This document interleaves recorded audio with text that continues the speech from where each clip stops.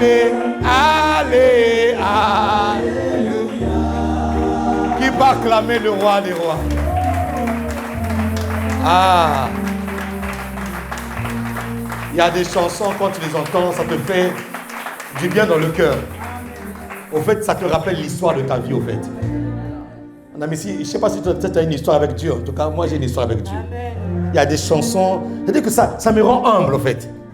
Quand je vois d'où je suis venu, et quand je vois là où le Seigneur m'a ramené, et quand je vois là où il est en train de me ramener, j'ai dit, waouh, Seigneur, tu as revu mon statut. Ah ouais. Tu as revu mon statut, Seigneur.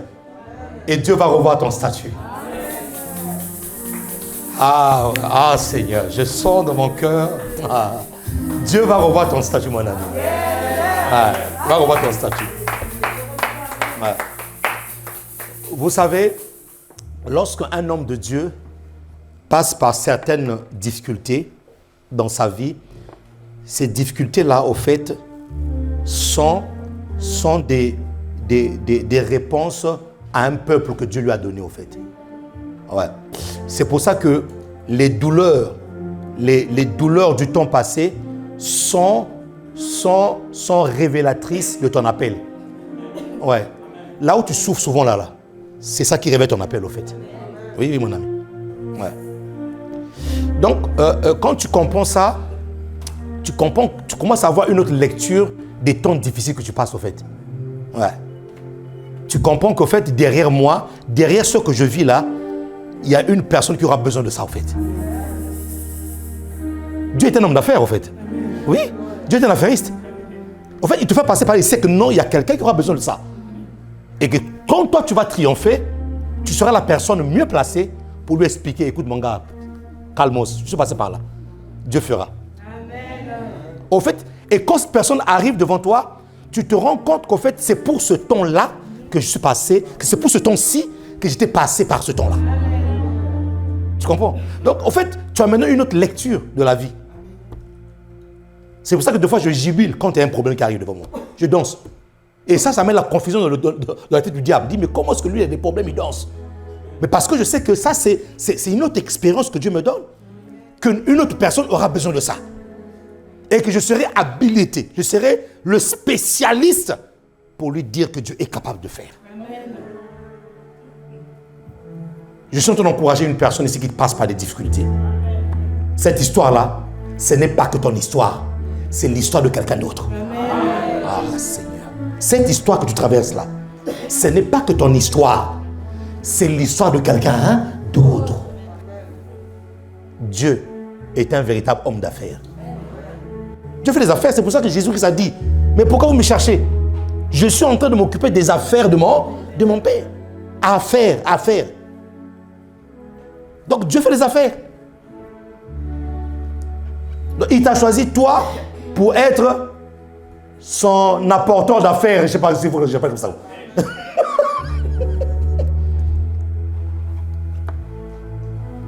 Qui peut acclamer le Seigneur de grâce? Merci beaucoup. Si on peut prendre place dans sa merveilleuse présence. Amen. Et je vous aime de l'amour du Seigneur. Tout en vous saluant au nom de notre Seigneur Jésus, ce Dieu qui a permis que nous puissions être là, présents. Et, je fais cette déclaration prophétique. Toutes personnes qui sont venues ici malades reçoivent leur guérison maintenant au nom de Jésus-Christ de Nazareth. Voilà. Et tu ne peux pas sortir de ce lieu avec cette maladie-là. Non, cette maladie reste là. On va l'enterrer ici. Voilà. Tu ressors d'ici là en bonne santé. Et même en très bonne santé. Ouais. Les épidémies qui sont en train de circuler en l'air, les virus et tout ça là, ne vont pas te terrasser. Voilà. Dieu a besoin de toi. Il a besoin de ton corps, il a besoin de tes mains, il a besoin de tes pieds pour manifester sa gloire. Amen. Alors, ça a été dit, et je le redis encore, le dimanche prochain, nous avons donc un culte prophétique. C'est le dimanche de Pâques en plus. Ça sera vraiment un dimanche de Pâques prophétique. Nous allons recevoir un invité, un frère dans l'œuvre. Vous savez, moi, je n'ai pas beaucoup de connexions dans le ministère. Et d'ailleurs, j'évite d'avoir trop de connexions dans le ministère. Parce que tu ne sais pas avec qui tu peux aller te connecter.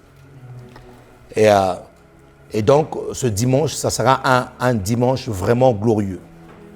Je vous inviterai vraiment d'inviter des gens, parce que je sais une chose, étant étudiant de la parole de Dieu, étant étudiant de la Bible, j'ai remarqué une chose, depuis les écrits vétérotestamentaires, il a été démontré que lorsque un prophète entrait dans une ville, il était annonciateur d'un message.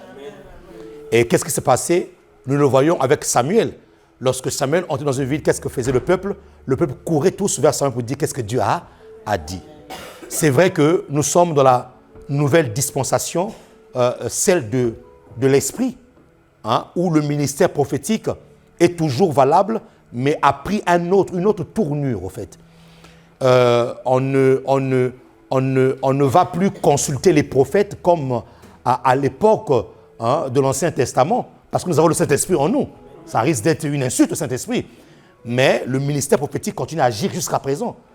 L'apôtre Paul dit que ce ministère est là pour encourager, pour édifier, pour fortifier le peuple de Dieu. Et donc, celui qui va nous visiter le dimanche prochain est un prophète. Et moi, je crois au prophétique, je crois aux prophètes. C'est vrai que nous sommes dans un monde où il y a beaucoup de faux prophètes. Il y a des gens qui s'autoproclament.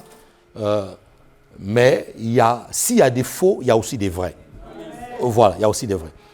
Et j'aimerais vraiment qu'on l'accueille d'une manière très chaleureuse. Ouais. Au bout de quelques années de ministère, je n'ai jamais laissé ma chair à une personne. Parce que je fais attention à celui qui vient pour nourrir le peuple de Dieu. Je fais attention. Je suis le gardien, la Bible nous appelle le gardien de vos âmes.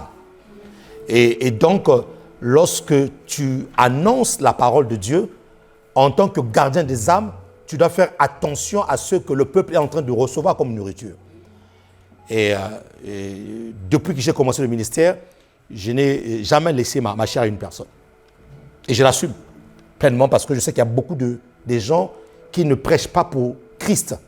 Il y a beaucoup de gens qui prêchent pour leur ventre, qui prêchent pour le pain, qui prêchent pour leur succès.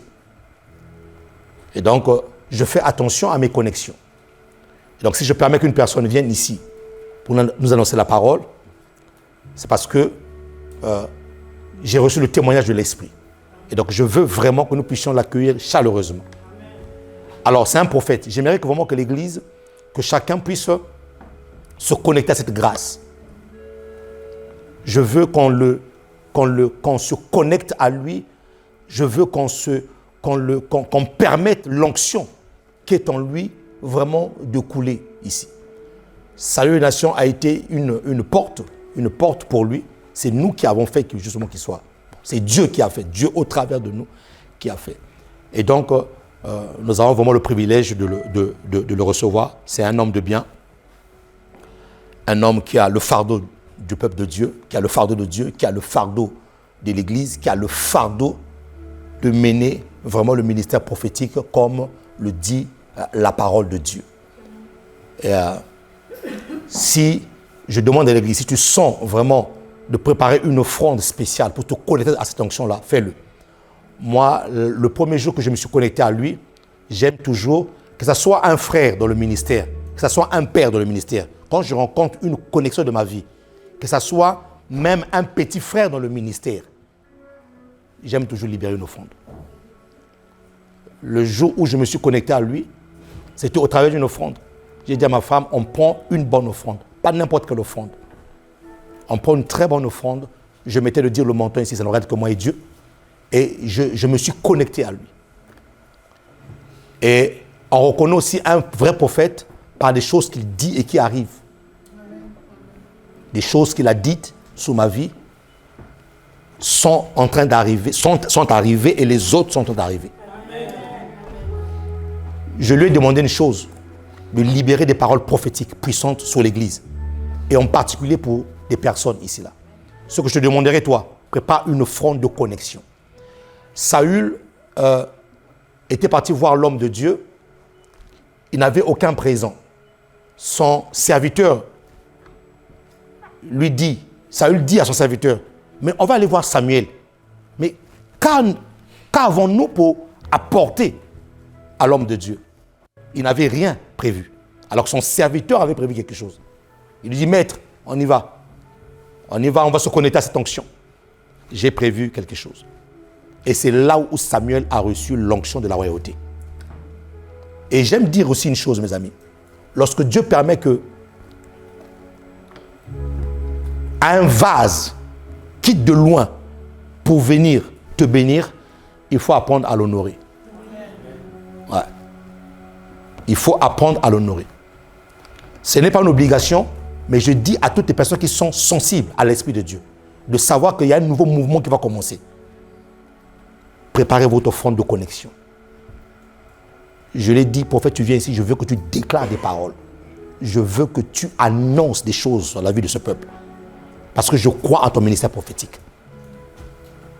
Les pasteurs, ils ont leur rôle. Les prophètes aussi, ils ont leur rôle. Moi, je suis pasteur avec une onction prophétique. Mais je ne suis pas prophète. Il y a des moments quand j'opère, les gens pensent que je suis prophète. Quand j'opère dans la dimension prophétique, les gens disent quoi? Il y a quelqu'un qui m'a dit, tu es prophète? Je dis non, je ne suis pas prophète. Mais j'ai une onction. Lorsqu'elle agit, tu peux croire que je suis un prophète. Et même d'ailleurs, lui-même me disait, je pense que tu es un prophète. Toi. Je dis non, pardon, ne m'enlève pas ce manteau-là. Je veux pas. Laisse-moi avec mon manteau. Lui, il est prophète de ministère et je pense qu'il va nous faire énormément du bien. Il a eu au moins 9 coups de fil des pasteurs qui voulaient qu'il prêche le dimanche chez eux. 9 coups de fil. Il leur a dit non. Moi, je suis loyal à un homme. Cet homme-là m'a fait du bien. On parle de moi. S'il vous plaît, je ne viens pas pour vous. Je viens pour une personne. Je me déplace là pour lui d'abord. Donc le premier culte qu'il fera ici en France, c'est à Salut Nation. C'est pour ça que je viens de le dire, c'est très prophétique.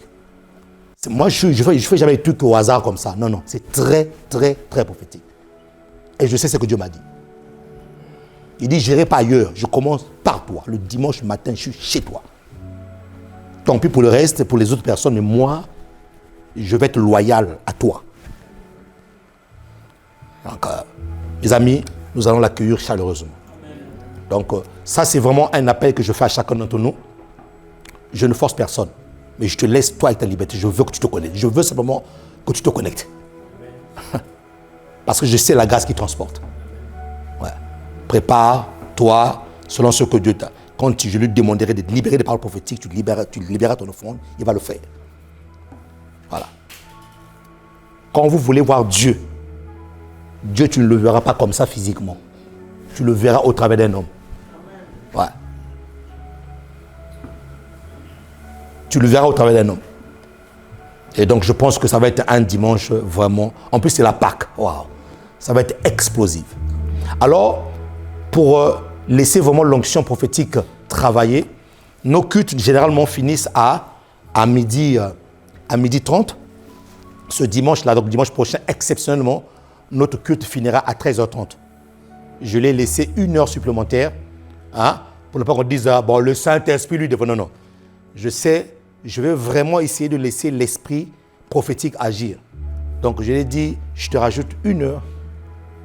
Mais sache qu'après ces 1 heure là, je prends le micro. Voilà. Donc, on aura un culte, vraiment, c'est pour ça qu'on a marqué culte spécial. Voilà, c'est un culte spécial. Donc, en plus, c'est la Pâque. Donc, on finira à 13h30 le dimanche prochain. Invitez. Ne laissez pas cette onction prophétique partir comme ça. Ne laissez pas cette onction prophétique aller comme ça. Non, invitez les gens. Invitez même les malades. Parce que je sais qu'il a aussi un don de guérison en lui. Invitez des malades. Invitez des personnes qui sont souffrantes. Invitez des personnes qui veulent entendre la voix prophétique. Voilà, la voix prophétique. Ça, c'est une voix prophétique qui parlera. Donc, invitez les personnes. Disposez-vous et le Seigneur ne manquera pas de nous bénir.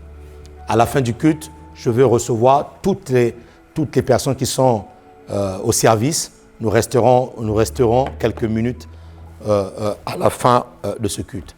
Elles ne sont pas acclamées le Seigneur de grâce.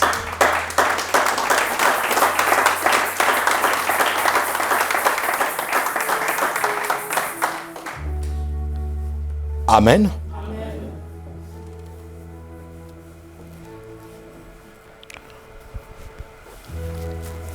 Nous sommes donc au temps de la grâce. Salue ton voisin de gauche et de droite, dis-lui, nous sommes au temps de la grâce.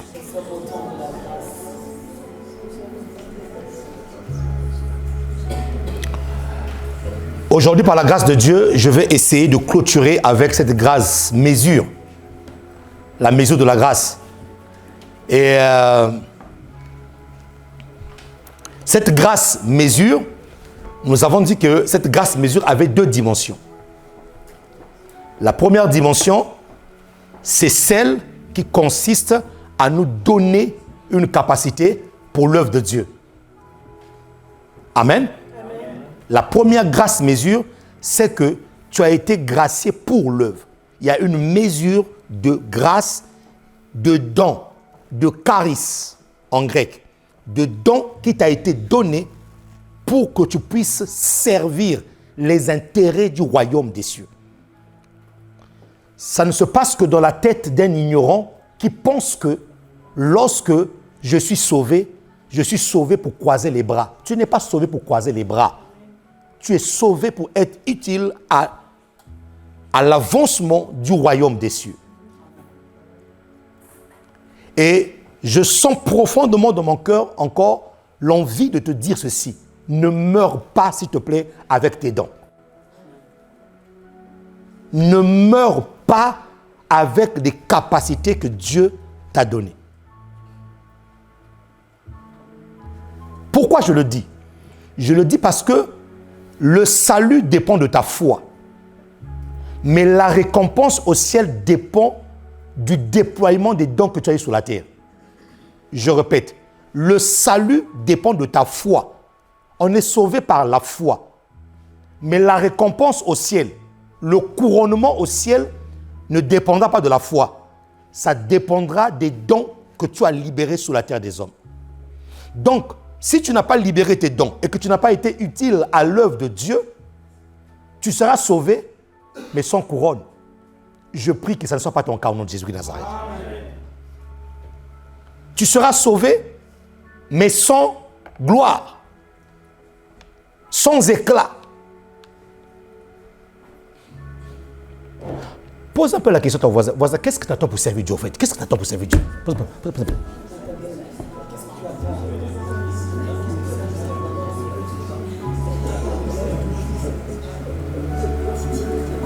Vous savez, par moments, j'ai pas envie de prêcher. Par moments, j'ai envie de parler avec vous, en fait, de parler, qu'on parle un peu, qu'on discute un peu. Vas-y, qu'est-ce que tu attends pour servir Dieu? Qu'est-ce que tu attends pour servir Dieu? Tu attends quoi?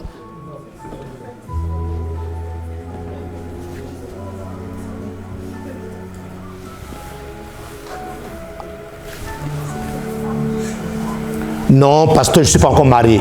Jésus n'était pas marié. L'apôtre Paul n'était pas marié. Et le mariage n'est pas le baromètre du succès. Si c'était le baromètre du succès, l'apôtre Paul a échoué alors. Jésus qui a échoué alors. Non, pasteur, j'attends d'avoir de l'argent. Écoute-moi, l'argent ne viendra pas aussi longtemps que tu t'es pas engagé. Pasteur, j'attends d'avoir une maison au moins 10 mètres carrés. Moi, j'ai commencé à servir Dieu, j'ai dormi par terre.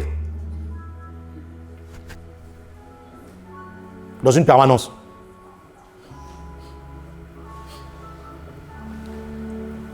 Pasteur, je n'ai pas encore l'âge. David était au trône alors qu'il avait 17 ans. David était au trône, il avait 17 ans. Pasteur, je ne suis pas très expérimenté. Marie a dit, comment cela se fera-t-il? Je ne connais point. Hein? Le Saint-Esprit lui dit, l'ange lui a dit, le Saint-Esprit viendra. Donc ton expérience là, laisse à côté. Dis à ton voisin, l'expérience là, il faut laisser à côté. Au fait, je t'ai cité quelques exemples pour te dire que tout ce que tu as comme réseau là, devant Dieu, c'est zéro. C'est zéro. C'est zéro.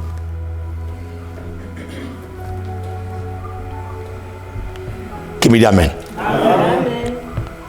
La grâce, capacité est en chacun d'entre nous. Chacun de nous a reçu une grâce pour faire quelque chose dans l'œuvre de Dieu. Et la plupart du temps, souvent, les gens pensent que pour servir Dieu, il faut simplement être sous la chair comme pasteur symphorien. Ou être dans une équipe d'intercession. Mon ami, tu peux être un très bon comptable, mais un très bon comptable pour l'église. Tu prends ton expertise que tu as eue dans le monde, tu le ramènes. Un jour, j'ai vu une vidéo, chacun devait, un montage qu'on a fait, chacun devait se tenir devant Dieu pour lui rendre compte de son ministère sur la terre.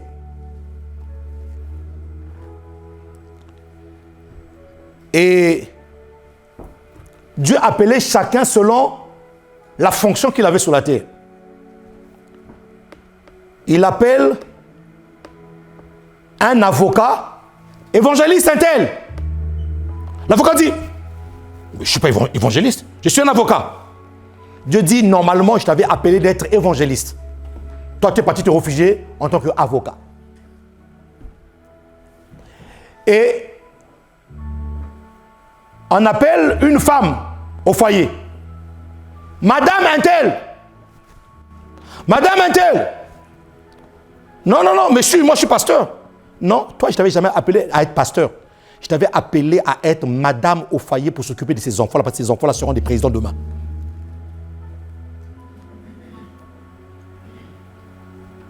Les gens pensent que servir Dieu, c'est juste se tenir sur la chair et puis prêcher.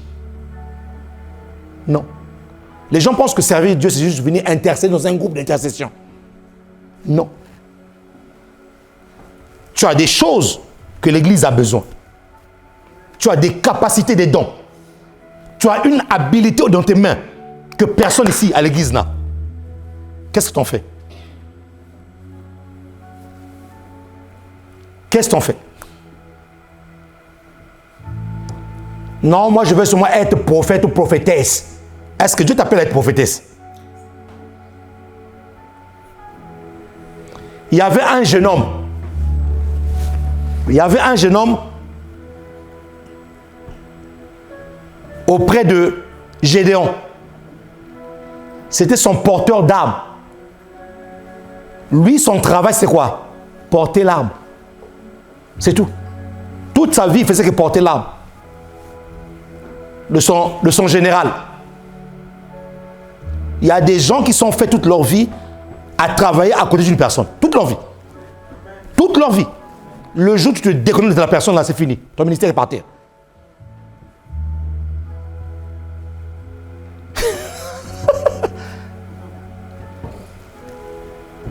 Il y a des gens qui sont appelés à être des porteurs d'âmes de pasteurs symphoriens toute leur vie. Toute leur vie. Le jour où tu te déconnectes de ça, tu es par terre. Tu remarques quand même les portes comment être fermées partout. Parce que les gens pensent que le ministère, c'est juste venir prêcher ou imposer les mains aux gens. Non. Non. Non.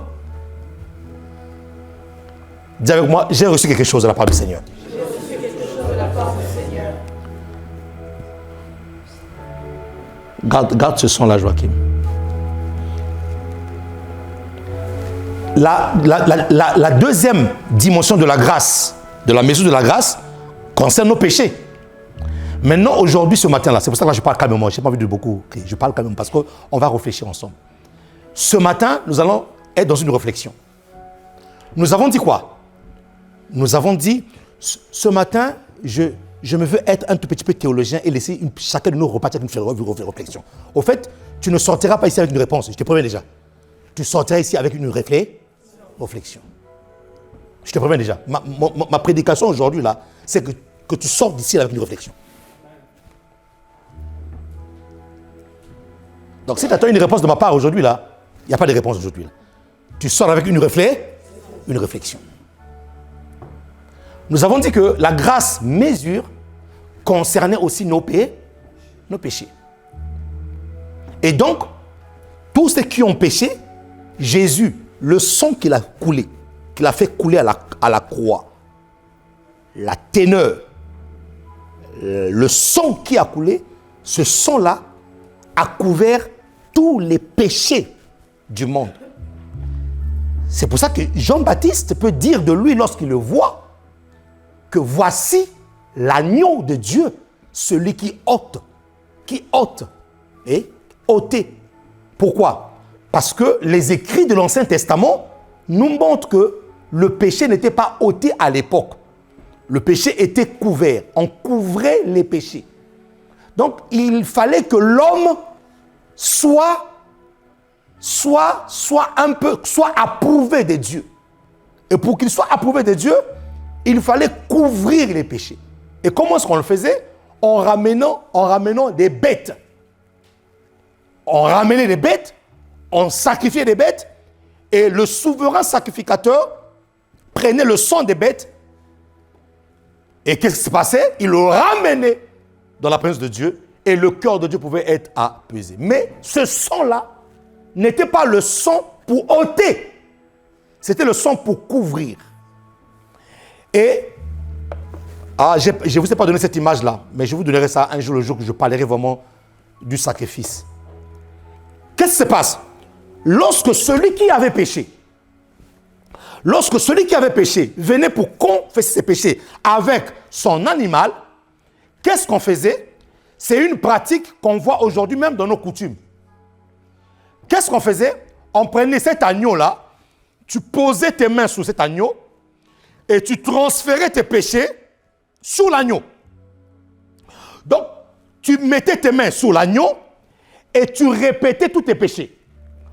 Quand tu répétais tous tes péchés étaient transférés sur cet animal-là. Et quand tes péchés étaient transférés sur cet animal-là, toi, tu étais maintenant sans péché. Et qu'est-ce qu'on faisait? On prenait cet animal-là, on l'égorgeait, on le sacrifiait à ta place. Donc, en fait, cet agneau était l'agneau de la substitution. Cet agneau te substituait devant Dieu. Et le sang qui coulait là, symbolisait ton sang qui coulait devant Dieu pour apaiser le cœur de Dieu. Ça va? Et donc, dans la grâce mesure, le sang qui a coulé, c'est le sang qui a coulé pour tous nos péchés malgré leur gravité. Mais cependant, et c'est là où j'arrive à ma réflexion, et c'est sur ça que je veux te laisser.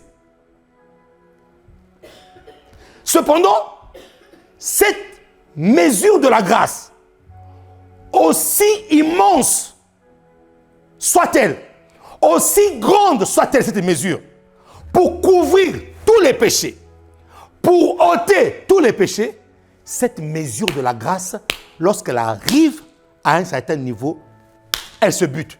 Elle ne peut plus rien faire. Et c'est là où j'interpelle maintenant ton entendement.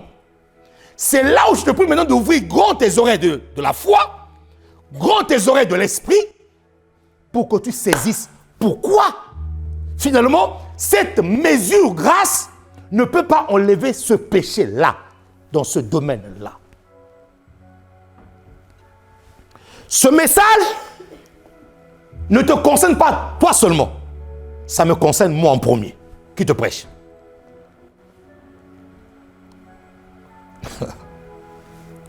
Ça concerne tout le monde. Et quand tu reçois cette révélation, tu commences à avoir une sainte crainte de Dieu. Une sainte crainte de Dieu. Qui me dit amen ici là?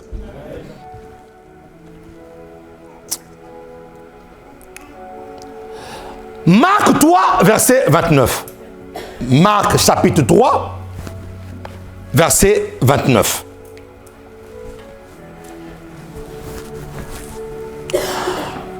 Marc 3, 29.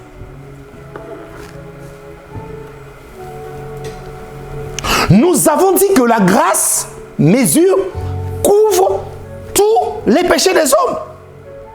Mais là, il y a une situation. Il y a un problème qu'on doit traiter. Il y a quelque chose ici que l'Église doit comprendre. Mais quiconque blasphémera contre le Saint-Esprit n'obtiendra jamais.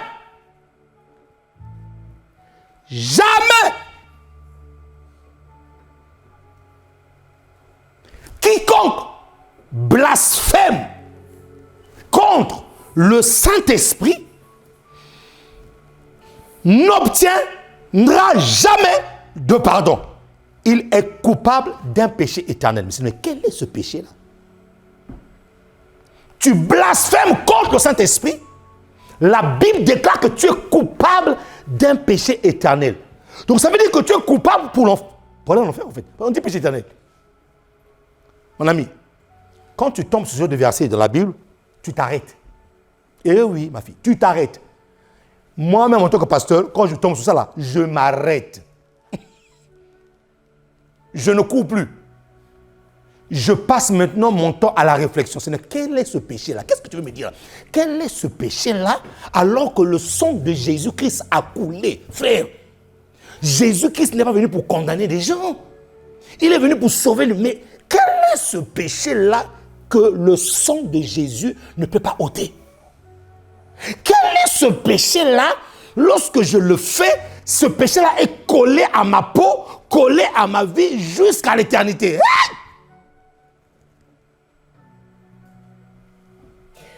Dis à ton voisin, réfléchissons.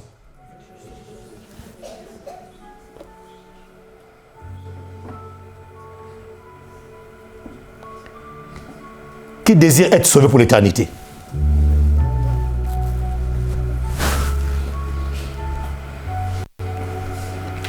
Je croyais qu'il y a des gens qui n'allaient pas baisser, lever les mains. Je dit, ah, mais mon gars, qu'est-ce que tu fais ici? Qu'est-ce que tu fais ici alors? Cette personne-là est coupable d'un péché éternel. Mais c'est quoi le problème? En fait, quelle est la raison qui fait que blasphémer contre le Saint-Esprit me ramène dans un péché éternel? Ça va? Hébreux 10, verset 26.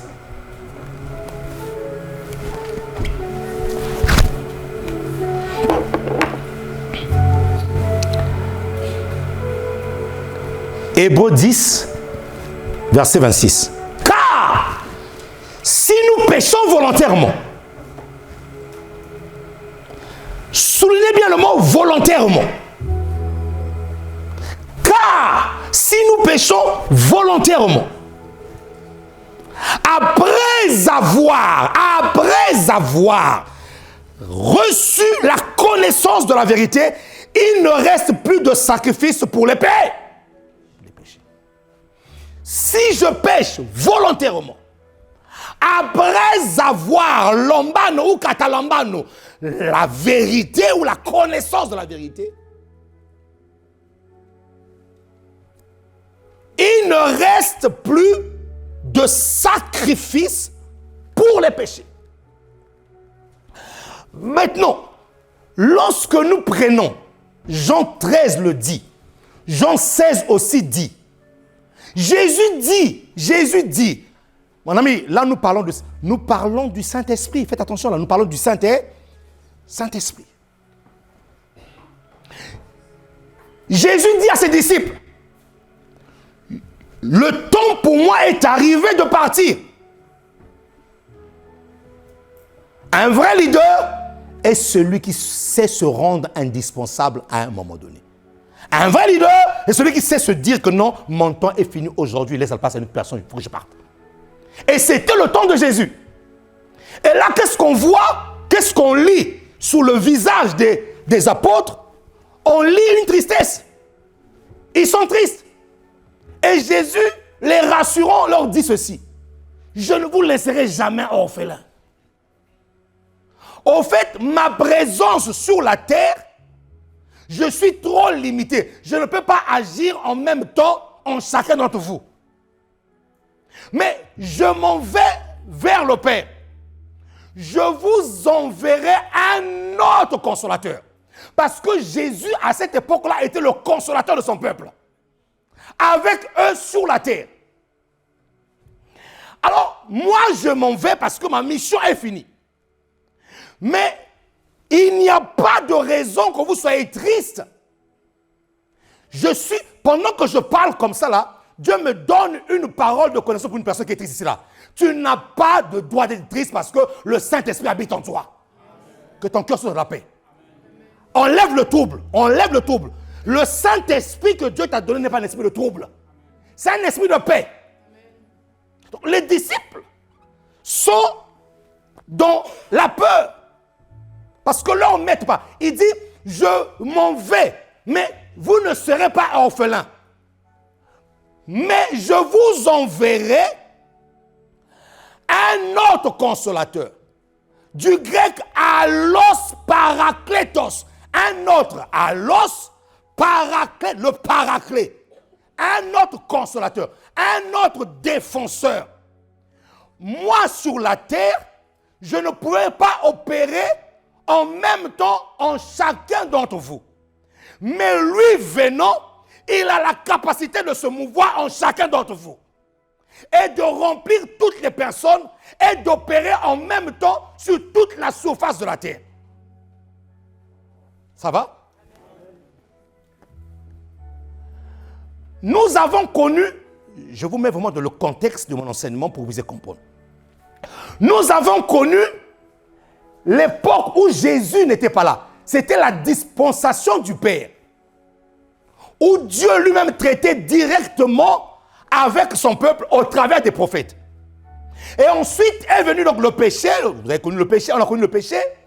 Qu'est-ce que Dieu fait? Dieu traite maintenant avec son peuple, mais au travers du sang de Jésus. Parce que le sang de Jésus a coulé pour nos péchés. Donc c'est pour ça que la Bible déclare qu'il y a un seul intermédiaire entre Dieu et les hommes. C'est qui? C'est Jésus-Christ. Donc Dieu traite avec nous au travers de Jésus, au travers de l'acte, au travers de son sang qu'il a fait couler. Et maintenant Jésus part. Dieu ne traite plus avec nous, avec Jésus, bien que le nom de Jésus-Christ reste puissant pour continuer à guérir les malades, pour continuer à chasser les démons. Mais Dieu traite maintenant avec nous, avec un autre consolateur, avec allos parakletos, avec celui qui est venu pour venir confirmer non seulement ce que Jésus-Christ a déjà fait, mais il est venu nous introduire, il est venu demeurer, rester avec nous. En d'autres termes, l'ouverture de Jésus-Christ pour que le Saint-Esprit vienne à nous, cette ouverture-là s'est faite une seule fois.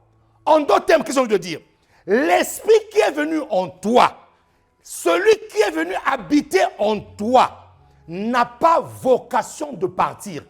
Il reste avec toi jusqu'à ce que l'Église sera enlevée. Le Saint-Esprit n'est pas venu pour... En fait, il est celui qui est venu clore toutes les dispensations de Dieu. On était dans la dispensation du Père.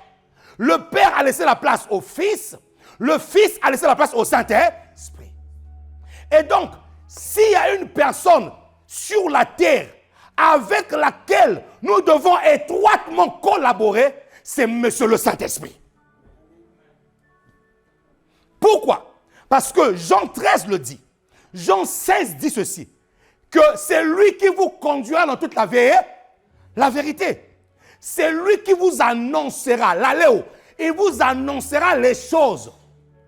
Et c'est par lui que nous marchons en nouveauté de vie. C'est par lui que nous prophétisons. C'est par lui que nous prions même par des soupirs inexprimables. C'est par lui que nous faisons toutes choses. Le Saint-Esprit n'a pas vocation de quitter l'homme Le Saint-Esprit a vocation de rester avec l'homme jusqu'à l'enlèvement. Jésus est où? Jésus est assis à la droite de Dieu le Père et il intercède pour des saints que nous sommes. Le Père est où? Le Père est assis sur le trône. Alors, l'entité ou la personne de la divinité de Dieu, la personne de la divinité de Dieu qui reste avec l'homme, c'est le Saint-Esprit. Ça va? Lui n'a pas vocation de partir. Lui, elle est là pour te conduire. Il est là comme étant un GPS de ta vie. C'est lui qui te dit, va pas à gauche, va pas à droite. C'est lui qui te dit, fais pas ceci. C'est lui qui te dit, tu as péché. C'est lui qui te dit, réponds-toi. C'est le Saint-Esprit. C'est ça. C'est pour ça qu'il dit, vivez par l'Esprit et vous n'accomplirez pas les désirs de la chair. Donc, il est la dernière personne de la divinité de Dieu qui reste avec l'homme. C'est lui qui nous inspire. C'est lui qui nous fortifie. C'est lui qui nous conduit. Et c'est lui qui nous prépare à la rencontre de l'époux. Avant que Jésus-Christ n'arrive, celui qui préparait les hommes à la rencontre de Jésus, c'était Jean-Baptiste. Jean-Baptiste a préparé l'église, a préparé les cœurs. C'est pour ça qu'on l'appelle l'ami de l'époux. Maintenant, Jean-Baptiste, ce qui caractérise Jean-Baptiste, c'est que Jean-Baptiste avait reçu en lui l'esprit d'Élie. Il opérait avec l'esprit d'Élie. Bien qu'il n'a pas opéré avec la puissance d'Élie, mais il opérait avec l'esprit d'Élie. Maintenant, Jean-Baptiste est parti. Dieu remplace un autre ami de l'époux. Un autre ami de l'époux n'est plus Jean-Baptiste, mais dans le contexte spirituel, on reste toujours dans le contexte de l'esprit qui agit au fait. Donc, cet ami-là, qui est parti, Jean-Baptiste, a été remplacé par un autre ami de l'époux qui est le Saint-Esprit. C'est pour ça que le Saint-Esprit est le véritable ami de Jésus qui est resté sur la terre avec l'homme pour nous conduire, pour nous éviter tous les déboires de la vie. Qui me dit amen ici là?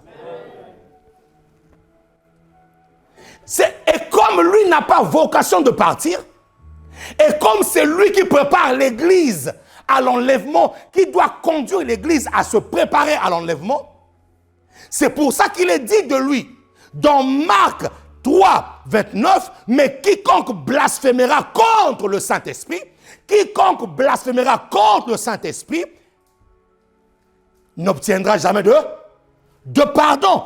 Il est coupable d'un péché éternel.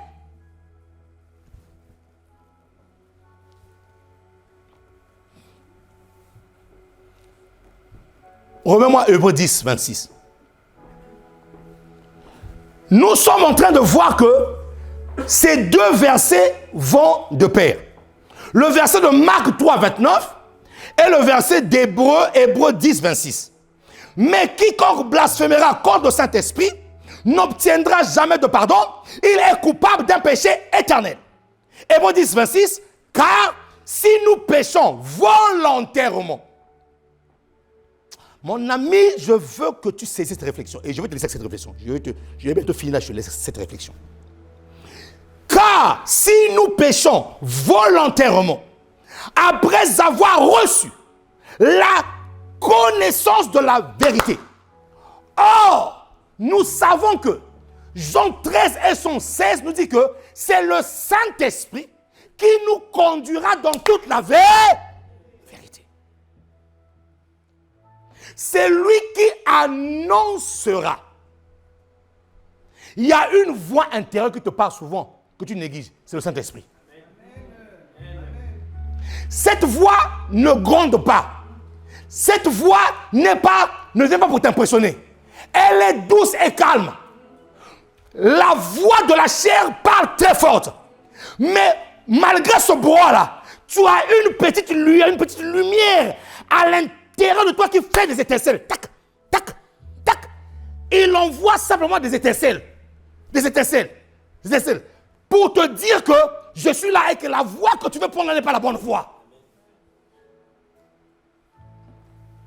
quand on dit qu'il vous annoncera, il y a deux choses là dans annoncer. Il annoncera ce que Jésus-Christ a dit, donc en termes de paroles, mais il annoncera aussi des paroles révélatrices ou des paroles inspirées. Maintenant, d'où vient le problème? D'où vient le problème que ce péché-là doit être collé à une personne éternellement? Mon ami, ça me fait réfléchir. D'où vient que ce péché-là, la grâce de la mesure ne peut pas enlever? C'est-à-dire que même si Jésus-Christ envoie son sang le plus... ça n'enlève pas. Ça vient d'où cette histoire, Seigneur? Et donc, c'est là où nous comprenons aussi que nous devons faire attention en commençant par moi-même. Qu'il y a des gens finalement qui vont aller en enfer. Parce qu'il y a un péché éternel qui est collé.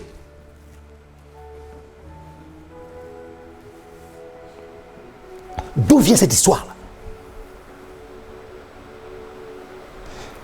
Cette histoire de péché éternel vient dans deux expressions. Volontairement et vérité. Connaissance de la vérité. Deux expressions. Volontairement et connaissance de la vérité. C'est un verset que je n'ai pas donné. Acte 17:30 dit quoi? Dieu, sans tenir compte des temps d'ignorance de l'homme, annonce maintenant. Maintenant là, c'était à son époque, maintenant là, c'est aussi aujourd'hui. Annonce maintenant en tout lieu et à tous les hommes qu'ils aient à se repentir. Dieu, sans tenir compte des temps d'ignorance, annonce maintenant, ce matin, par la bouche de pasteur Symphorien, il annonce maintenant, ce matin, à tous les hommes et en tout lieu qu'ils aient à se repentir. Maintenant, d'où vient maintenant que ce péché-là reste collé à moi éternellement, Seigneur? Enlève-moi ce péché de la... Je dis non, ce péché-là restera à toi collé. Mais d'où vient ce problème-là? Dis à ton voisin, nous sommes en train de réfléchir. C'est une réflexion.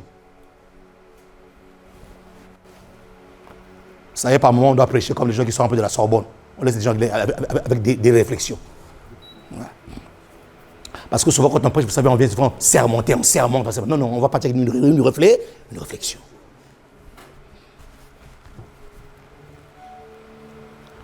Car si nous péchons volontairement, après avoir lombano ou katalambano, donc le secret se trouve là. Le problème se trouve à ce niveau-là. Après avoir reçu la connaissance de la vérité, il ne reste plus de sacrifice pour les péchés. Donc, il y a le mot volontaire et il y a le mot reçu, la connaissance. Qu'est-ce que Dieu est en train de dire? Jésus est au ciel, lui il est sur son trône. C'est le Saint-Esprit qui habite en toi maintenant. Il est la dernière personne de la divinité qui a clôturé toutes les dispensations. Mon ami, écoutez-moi très bien. Ça dit qu'il n'y aura pas une autre quatrième personne de la divinité qui va descendre. C'est fini. Ça va? Il n'y aura pas une autre quatrième personne. Il n'y en a pas. Non. La Trinité, c'est trois. Le Père, le Fils et le Saint-Esprit. Voilà. Donc, ça là, c'est pour ça qu'on dit de l'Église que nous sommes entrés dans les derniers temps. Parce qu'après ce temps-là, il n'y a pas d'autre dispensation. La seule chose qui restera pour l'Église, c'est quoi? C'est l'enlèvement. Donc, la troisième personne de la divinité est celle qui est venue clôturer les dispensations. C'est pour ça que c'est lui qui enseigne, c'est lui qui annonce des vérités. C'est lui qui te fait comprendre que le chemin que tu prends là n'est pas le bon chemin. Mais la Bible déclare ceci. Mais lui là, qui vient clôturer les dispensations, si tu ne l'écoutes pas, quel pardon de péché tu vas encore avoir?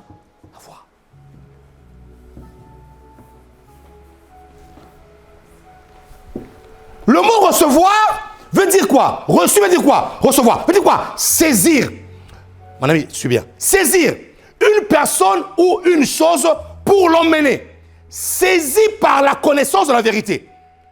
Qui te donne un niveau de conscience où tu as la force de dominer le péché. Mon ami, ça veut dire quoi? Ça veut dire que quand tu reçois la connaissance de la vérité et que cette connaissance-là devient claire, en fait, cette connaissance, c'est là où j'explique maintenant. Lorsque cette connaissance-là devient une révélation pour toi, et que quand tu as fini dans toute cette révélation, quand tu sors de là, il n'y a même pas l'ombre d'un doute, tu sais que Dieu t'a parlé. Oh, oh.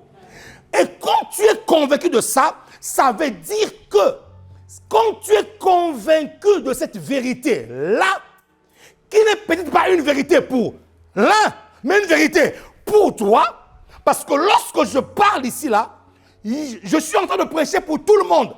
Mais toutes les paroles que je dis ne sont pas pour tout le monde. Il y en a qui vont le recevoir comme étant une vérité, comme étant une révélation, comme étant quelque chose qui vient pour nourrir leur âme et leur esprit. C'est cela que la Bible est en train de dire. Quand tu reçois cette vérité-là, qui vient éclairer ton esprit, c'est pour ça que j'ai dit, recevoir ici, ça veut dire quoi? Saisir. Au fait, la condamnation du péché éternel vient. Maintenant, là, j'explique. La condamnation du péché éternel vient de ce que tu as reçu une vérité. Tu as été saisi par cette vérité-là, mais tu décides non, je connais personne, je fais une réflexion. Ça va? Nous sommes dans une réflexion. La condamnation du péché éternel vient de ce que le Saint-Esprit a permis que tu puisses recevoir une révélation de la parole de Dieu. Tout le monde n'a pas reçu ça comme toi. Mais toi, tu sens que, et toi, tu peux te dire que non, Dieu m'a parlé. Tu sens dans ton cœur comme une paix, comme si ton âme a été secouée. Mais ton voisin est sorti de là normal. Ton voisin est sorti de là, ça va? Qu'est-ce que le pasteur a prêché? Ah non, il a fait un geste comme ça, c'était tellement beau. Lui, c'est tout ce qu'il a retenu. Mais toi, quand tu sors de là, tu n'as pas retenu le geste du pasteur. Tu as retenu une parole qui a saisi ton âme. Tu as reçu une parole qui est partie s'asseoir sous le trône de ton cœur et qui crie en toi révélation. Qui crie en toi révélation. Qui crie en toi connaissance de la vérité. Tu viens de recevoir une connaissance de la vérité. Et ce péché éternel s'attache à l'homme lorsque l'homme arrive devant une situation où il sait qu'il a reçu quoi? Une révélation. Mais il décide volontairement. Volontairement. Caïn, écoute, tu es au point de faire quelque chose de très mal. Écoute très bien. Le péché se couche devant ta porte. Mais toi, domine. Si Dieu te dit de dominer, c'est que quelque part, il s'est révélé à toi. En fait, c'est la révélation de Dieu qui me donne la capacité de dominer sur le péché. Vous savez, lorsque nous rentrons dans la révélation de Dieu, nous ne dirons pas aux gens arrête de pécher. Une personne qui a vu Jésus face à face, mon ami, le péché devient amer. Une personne qui a reçu la révélation du Saint-Esprit, d'une connaissance de la vérité, le péché devient amer. Pourquoi Dieu te dit de dominer? Parce que derrière cette domination, la capacité et la force de cette domination ne vient pas de tes compétences, mais vient de la révélation que tu as de Dieu. Est-ce que je parle à quelqu'un ici là? Maintenant, qu'est-ce qui arrive? Les gens, des fois, qui pêchent volontairement, font semblant de ne pas connaître la vérité, alors qu'ils savent que c'est la vérité.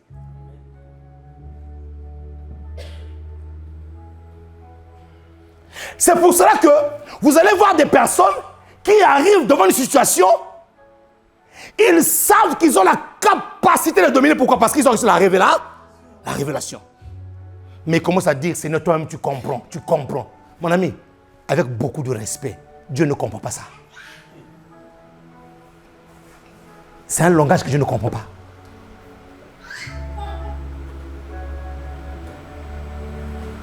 C'est un langage que Dieu ne comprend pas.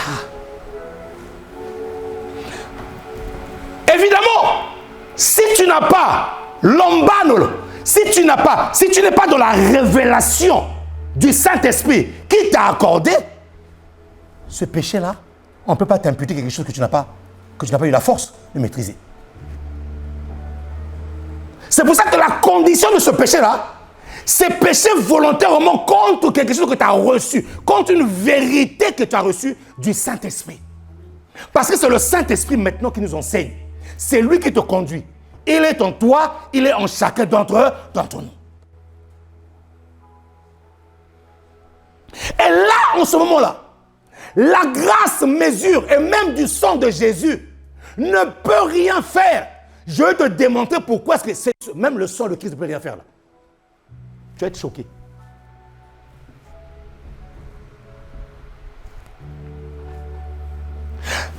La grâce mesure du pardon des péchés. Lorsqu'elle arrive à ce niveau-là, il dit, non, ça là, je ne peux pas faire ça. Mais pourquoi tu ne peux pas faire ça? Pourquoi je ne peux pas être gracié moi aussi après avoir blasphémé contre le Saint-Esprit? Je blasphème contre le Saint-Esprit après avoir reçu une vérité. Après avoir reçu une lumière. Après avoir reçu une révélation de la part de Dieu. Mais je décide moi-même, volontairement, de dire ça, je ne le ferai pas. Peut-être ton voisin, nous sommes en train de réfléchir.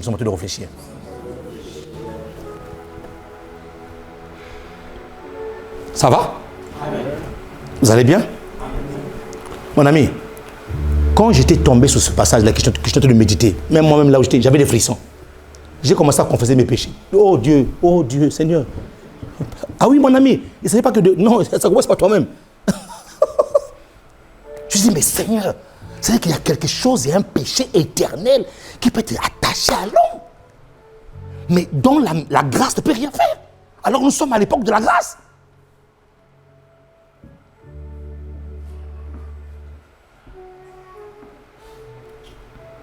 Donc, si tu n'as pas été saisi par une vérité, il n'y a pas de souci.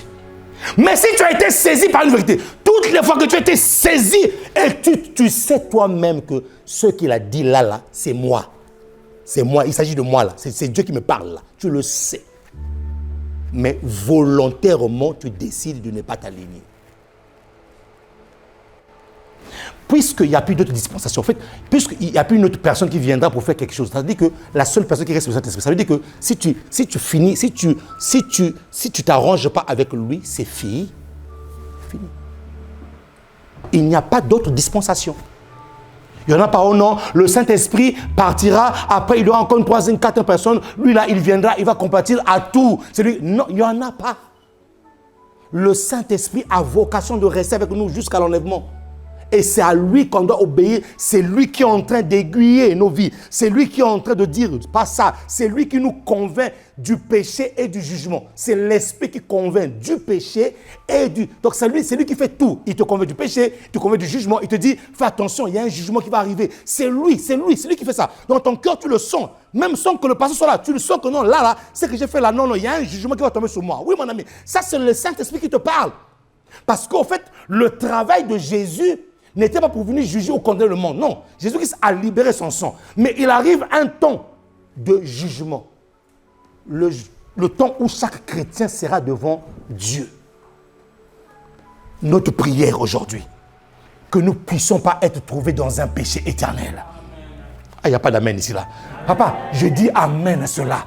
Que je ne sois pas trouvé dans un péché éternel.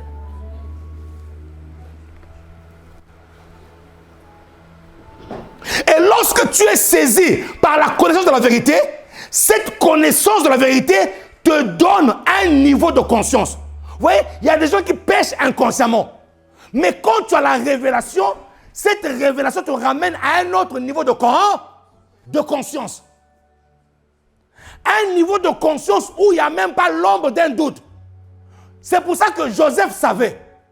Joseph est rentré chez Potiphar. La femme de Potiphar commençait à lui faire des avances.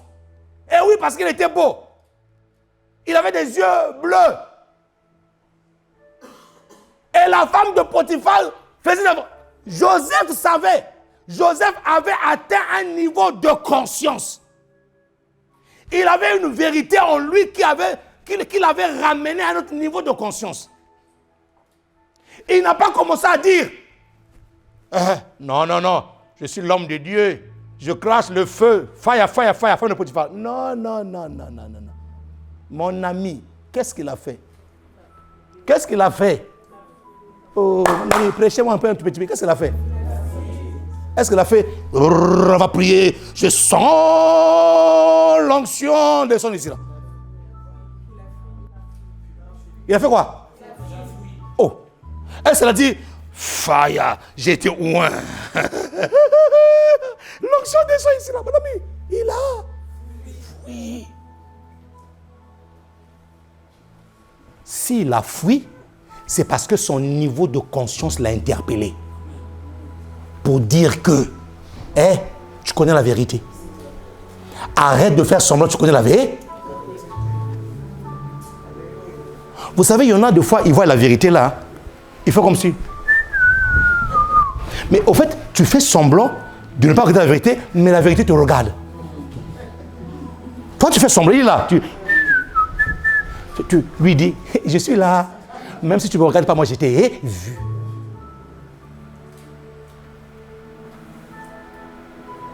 Si tu blasphèmes contre lui, et que lui, il est en toi, et qu'il est attristé éternellement, et qu'il est frustré tout le temps, mon ami, à des cas, il y a un péché éternel qui est collé à toi.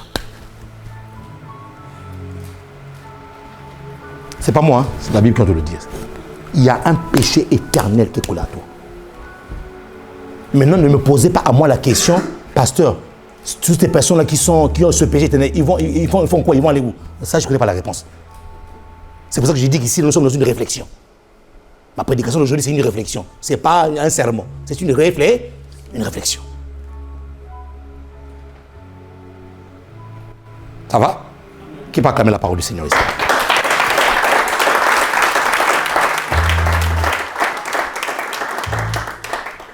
La révélation de la parole de Dieu te donne, ma fille, un autre niveau de conscience.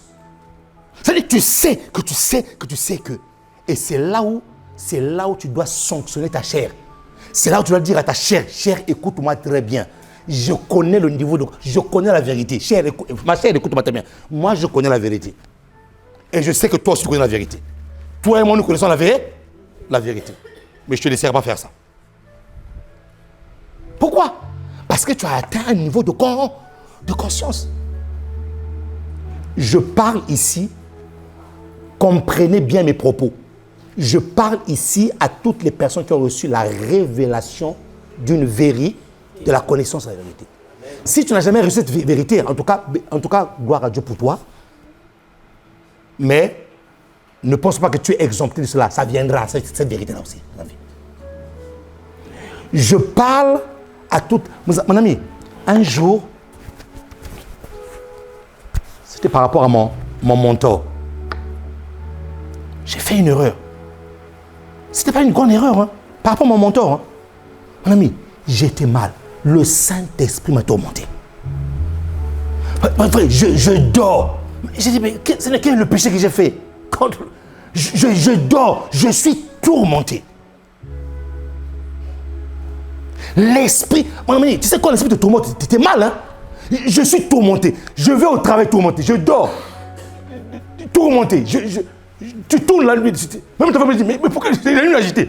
Mon ami, tu es tourmenté. Le matin, j'étais dans ma voiture. J'entends dans mon esprit, appelle ton mentor. Si tu ne le fais pas, il y a un péché qui va s'attacher à toi. Appelle-le.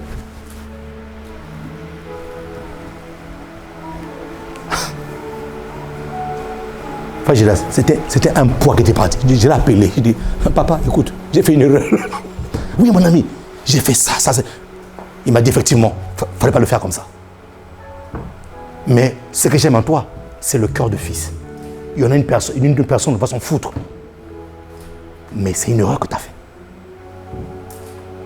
Et il m'a dit une chose, j'aime ton cœur. Et c'est parce que j'aime le cœur que tu as là, je vais prier pour toi. Mon ami, il a libéré des paroles sur ma vie. En fait, quand j'ai raccroché, mon ami, j'étais bien. J'étais comme un oiseau qui j'étais bien. J'étais libéré d'un fardeau. Pourquoi? Parce que le Saint-Esprit te dit que tu as la connaissance. Ça, là, tu ne fais pas ça. Il te dit. L'Esprit te parle, frère. Il te tourmente. Tu ne dors même pas. C'est ce jour-là, quand j'ai fait ça là, j'ai compris vraiment l'importance de ne pas offenser le Saint-Esprit. J'avais déjà compris ça, mais ce jour-là, j'ai encore mieux compris l'importance de ne pas offenser le Saint-Esprit.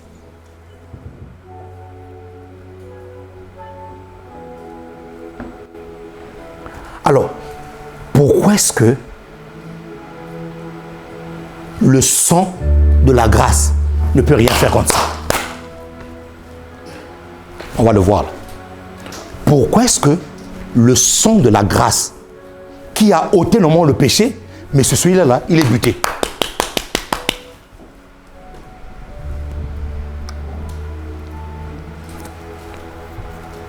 Ça va? D'abord, quand nous prenons Hébreux 10,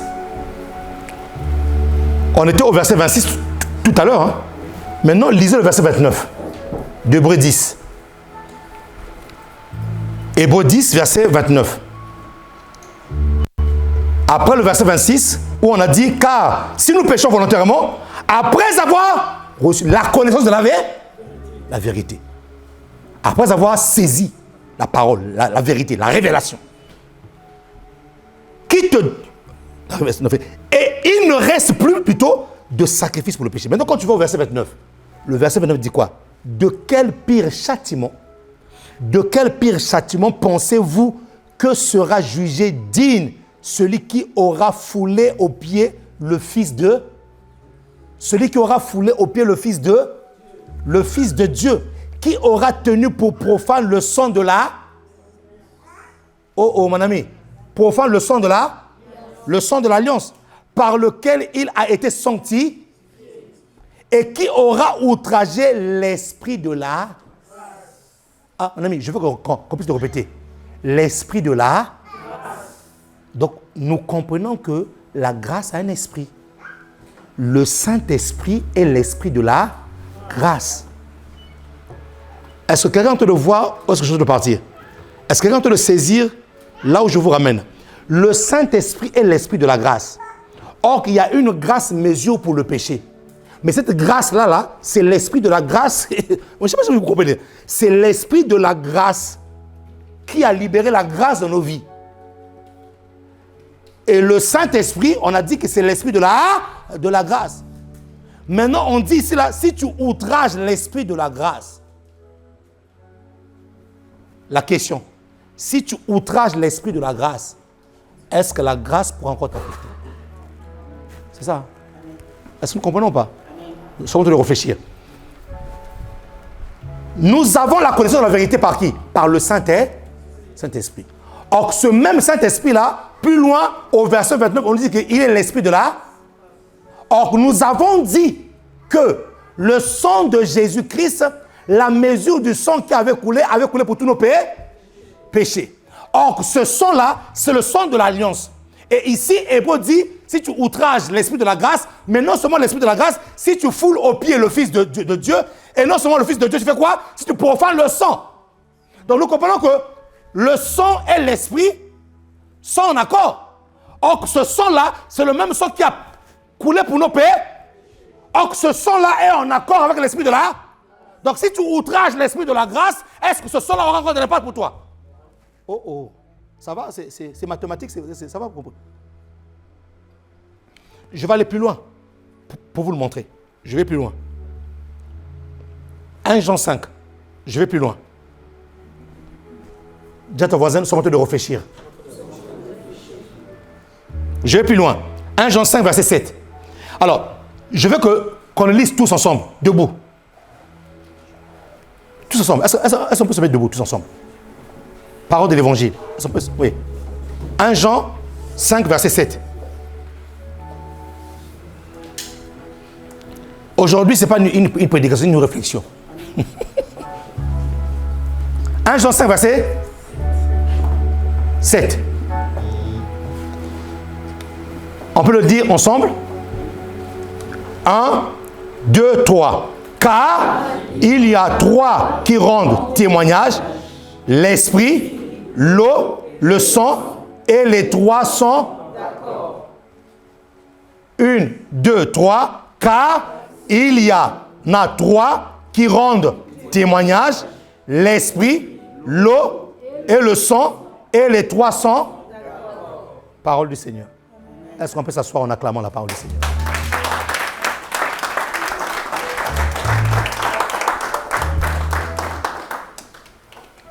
Il y a trois choses qui sont témoins de notre nouvelle naissance. La première chose, c'est l'esprit. Nous sommes nés de l'esprit. Nous ne sommes pas nés de la chair. Nous sommes nés de l'esprit. C'est ce que Jean dit lorsqu'il parle de la volonté de Dieu. Jean dit, nous sommes nés de la volonté. Cette volonté de Dieu, là, c'est son esprit. Nous sommes nés par l'esprit. Et la deuxième chose qui rend le témoignage de notre nouvelle naissance, c'est l'eau. Nous avons été baptisés. Nous avons été plongés dans l'eau de la parole. C'est l'eau de la parole qui a fait de nous aussi enfants de Dieu. Ces trois choses sont témoins de notre. Jean 3 dit quoi? Nicodème, docteur de la loi, pharisien de pharisiens, gardien de la Torah. Il faisait partie du Sanhédrin. Les savants juifs à l'époque qui étaient les gardiens du Moïse. C'est eux. Il vient dire à Jésus, Maître, comment est-ce qu'on peut être vieux comme ça là et puis naître encore de nouveau? Jésus dit, mais tu es docteur et tu ne connais pas ces choses. Si un homme ne naît d'eau et d'esprit, si un homme ne naît d'eau et d'esprit, ça veut dire que l'eau et l'esprit rendent témoignage de notre naissance spirituelle. Ça va? Il ne s'agit pas de Nicodème. Il ne s'agit pas de rentrer encore dans le sein maternel. Non. Il s'agit de recevoir l'esprit et de passer par les eaux du baptême. C'est pour ça que la Bible déclare que les pharisiens, en ne se faisant pas baptiser, ont rendu nul à leur égard les desseins de Dieu. Tu as annulé. Toutes les personnes ici là qui ne sont pas encore baptisées, je ne parle pas des enfants, tu as l'âge de te faire baptiser. La véritable vie chrétienne commence lorsque tu acceptes Jésus-Christ comme Seigneur Sauveur et lorsque tu te fais baptiser. Parce que la Bible déclare que ta vie avec Dieu commence après ton baptême. Les pharisiens ont annulé le dessein de Dieu à leur regard parce qu'ils ont refusé de se faire baptiser. Donc l'eau du baptême, c'est l'eau qui nous permet de témoigner qu'on est enfant de Dieu. Ça ne s'arrête pas là. Il dit ensuite le sang. Oui, le sang de Jésus-Christ a coulé. Il était où? Il était à la croix. Son sang a coulé goutte après goutte. Et cela ne suffisait pas comme pour montrer une image prophétique de la maternité céleste. Il y a un soldat romain qui prend sa lance et qui le pique sur le côté. La Bible dit que le liquide amniotique spirituel est sorti. L'eau et le sang mélangés sont sortis du côté de Jésus-Christ. Symbole de la maternité spirituelle. Et donc, nous comprenons que le sang aussi de Jésus rend témoignage que nous sommes enfants de Dieu. Et la Bible déclare que les trois sont d'accord. Ça veut dire qu'il n'y en a pas un qui puisse contredire l'autre. Mon ami, je veux que tu saisisses cette révélation. Il n'y en a pas un qui puisse contredire l'autre. Et donc, en d'autres termes, lorsque tu es en train de outrager l'esprit de la grâce, tu es en train en même temps d'outrager le sang. Et même lorsque ce sang de la grâce vient, le Saint-Esprit ne peut rien faire parce qu'il est en accord avec le sang qui a coulé.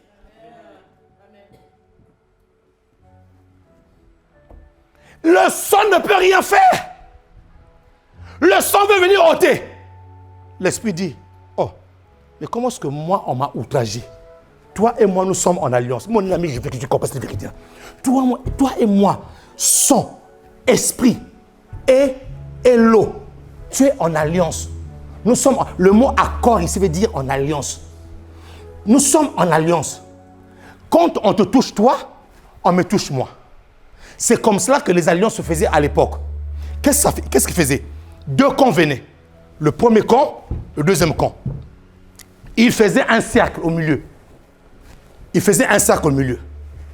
Et chacun de son côté parlait. Moi, aujourd'hui, c'est un Symphorien. Je décide, à partir d'aujourd'hui, de ne pas te faire du mal. Ton problème devient mon problème. Ce qui touche à ta progéniture touche à moi. Donc, il parlait comme ça, là, et il rentrait dans le cercle. Lui aussi, de son côté, là, il dit, moi, un tel, je promets aujourd'hui, à partir d'aujourd'hui, de ne pas te faire... C'est un peu ce qu'on voit dans le mariage. Je te promets aujourd'hui, de ne pas te faire ceci. Et qu'est-ce qu'il fait? Il rentre dans le cercle. Et lorsque les deux entrent dans le cercle, c'est le symbole que l'alliance a été scellée. Et donc, l'Esprit dit ceci. Mais comment est-ce que toi, sens, tu vas enlever le péché alors que toi et moi, on est en accord? Moi, j'ai été outragé. On a mis en train de réfléchir. Viens, Judas. Judas et moi, nous sommes en alliance. Je parle des vraies alliances. Vous voyez, je ne parle pas des alliances de lèvres là. Je parle des alliances comme Ruth et Naomi. Pas comme Orpa et Naomi. Orpa était parti. Mais Ruth a dit, ton Dieu sera mon.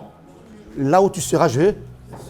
Mon ami, si nous sommes en alliance avec lui, ça veut dire que même son mal là, devient mon mal. C'est ça l'alliance. C'est-à-dire que même s'il est mauvais, si toi tu parles le critiquer partout qu'il est mauvais, moi je te croise, mon ami, fire sur toi. Même si je sais qu'il est mauvais. Oui, mon ami, c'est ça l'alliance. Hein. C'est ça l'alliance. L'alliance ne regarde pas les bons côtés de la personne, même les mauvais côtés de la personne. C'est-à-dire que même si je sais qu'il est mauvais, tu parles pas mal de lui. Il n'y a que des fausses alliances où on voit des gens aujourd'hui là, il est mauvais. Ah, je pense qu'il est mauvais, tu fuis. Non. Même s'il est mauvais, je sais qu'il est mauvais, mais je crois qu'il va changer. Amen. Ouais. Ah oui, je crois. Ça, c'est l'alliance. Donc, son problème devient mon problème. Ses galères deviennent mes galères. Sa situation devient ma situation. Mon ami, c'est ce qui se passe entre le Saint-Esprit, l'eau et le sang. Ils sont en accord. Si tu outrages l'autre, l'un, tu outrages aussi l'autre. Qui n'est pas quand même la parole du Seigneur?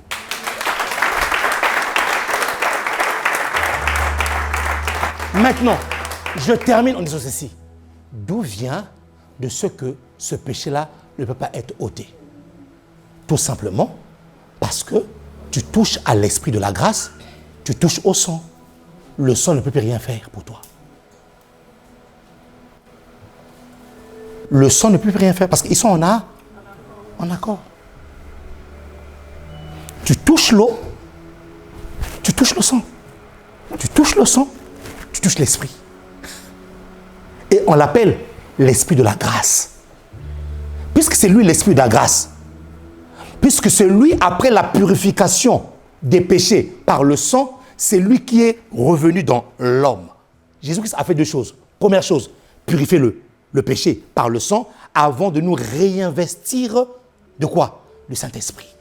Non seulement à l'intérieur de nous, mais aussi à l'extérieur de nous et à côté de nous. 3 dimensions de l'esprit. Intérieur, extérieur et à côté. 3 dimensions. Et donc, cela n'a été possible que par le sang de la grâce. L'esprit de la grâce est revenu par le sang de l'alliance, de la grâce. S'il n'y avait pas ce sang-là, l'esprit n'allait pas habiter dans l'homme. Impossible. Parce que nous étions des pécheurs. Maintenant, la mesure de la grâce. et là je peux le dire haut et fort, la limite de la mesure de la grâce, c'est l'outrage au Saint-Esprit. La mesure du don de la grâce, la mesure de la grâce qui peut enlever les péchés, c'est l'outrage au Saint-Esprit. Une attitude que tu dois avoir lorsque tu remarques, parce que c'est bien beau de prêcher et de dire, c'est sale, mais maintenant il faut que je te montre maintenant l'attitude. Fais comme pasteur Symphorien. Quand j'ai commencé à sentir de mon cœur qu'il m'est tout remonté, mon ami, je n'ai pas joué au caïd. Vous savez, il y a des gens qui jouent au caïd pour rien du tout. Je n'ai pas joué au caïd. Non, c'est moi. Mon ami, tu vas outrager le Saint-Esprit. Tu vas l'outrager. Et si tu l'outrages, quel est le sang qui parlera pour toi? Parce que le sang et l'esprit sont un. Ils sont d'accord, on l'a vu, ils sont en alliance. Quel est le sang? Et des fois, c'est pour ça que nous voyons qu'il y a certaines prières que nous faisons. Oh, le sang de Christ parle encore, il parle encore. Tu es sûr qu'il continue à parler pour toi? Tu es sûr que le sang de Jésus-Christ continue à parler pour toi? Tu es sûr que là où l'esprit n'est pas d'accord avec ce sang-là, tu penses que le sang va agir? Les amis, c'était vraiment un temps de réflexion pour nous. En commençant par moi-même, en allant vers vous, je veux que nous puissions réfléchir sur notre manière à collaborer avec le Saint-Esprit. Oh oui. Notre manière à collaborer avec le Saint-Esprit, de ne pas l'outrager en croyant que non, si je le fais mal, c'est pas grave, le sang de Jésus-Christ est là. Mais oui, mais le sang et l'esprit sont en accord. C'est ça que tu oublies. Le sang et l'esprit sont en accord. Il y a des gens qui dans leur tête se font des scénarios. Je vais pécher quand même, après je vais invoquer le sang. Il s'est fait son film.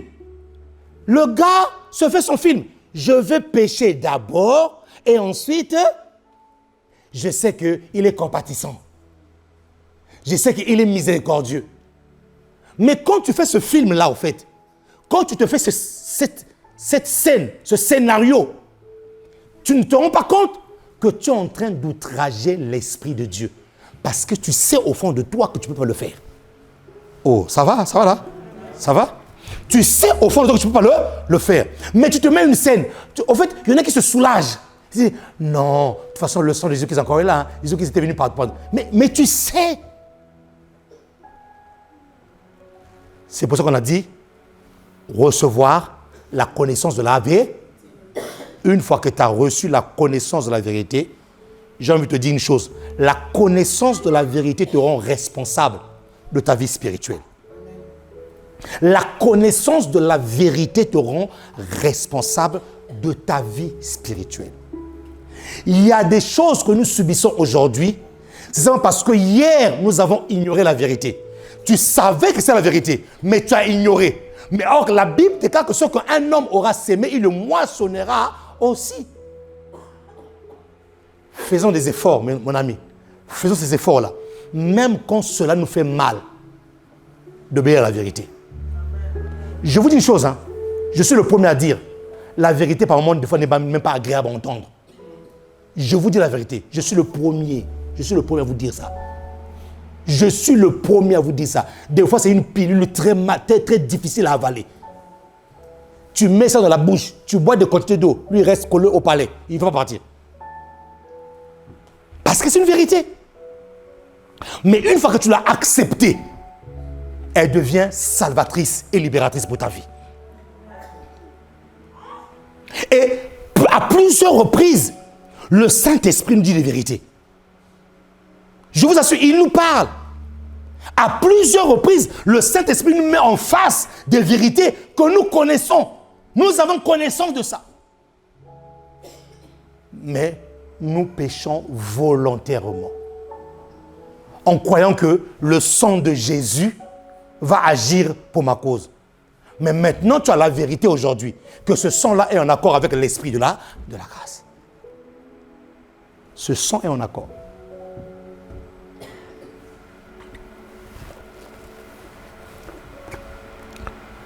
Chère Église, j'en ai fini avec ma réflexion aujourd'hui. J'aimerais que chacun de nous, en commençant par moi, aille revoir notre manière de nous comporter avec le Saint-Esprit. C'est lui qui est l'esprit de la grâce. Qui est en accord avec le sang de la grâce. N'ayons pas en nous des fausses idées ou une fausse théologie pour dire que non, je veux le faire quand même, le sang de toute manière est là. Faites attention à cela. C'est un piège. C'est un piège. Est-ce que tu peux te lever et acclamer la parole du Seigneur?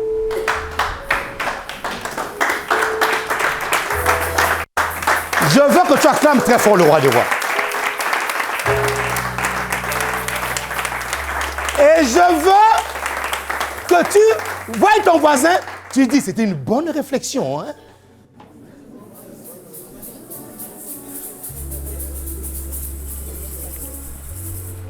Attendons, j'avoue que c'est une très bonne réflexion.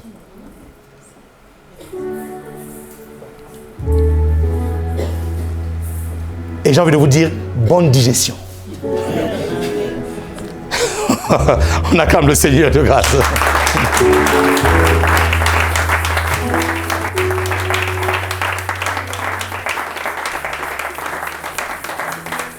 Le Saint-Esprit ne te ramènera jamais dans les voies que toi tu penses que c'est comme ça.